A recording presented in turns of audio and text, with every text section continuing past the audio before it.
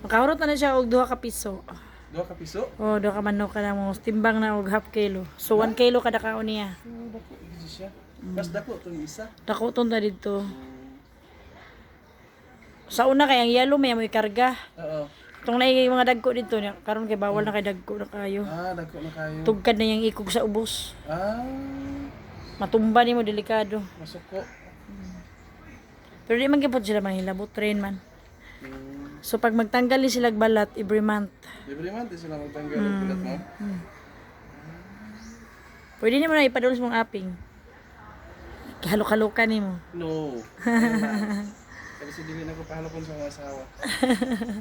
Mingon na yung mga asawa. Unsa naman kalab? Snake naman yung gihalok-halokan. Bayo na ba kay kon? Experience first time para mo sa buhon. Sa mga kauban to na nanaga na. Dito na Hadlok na sila. Good experience nimo. Okay na siguro na. Taas na. Okay.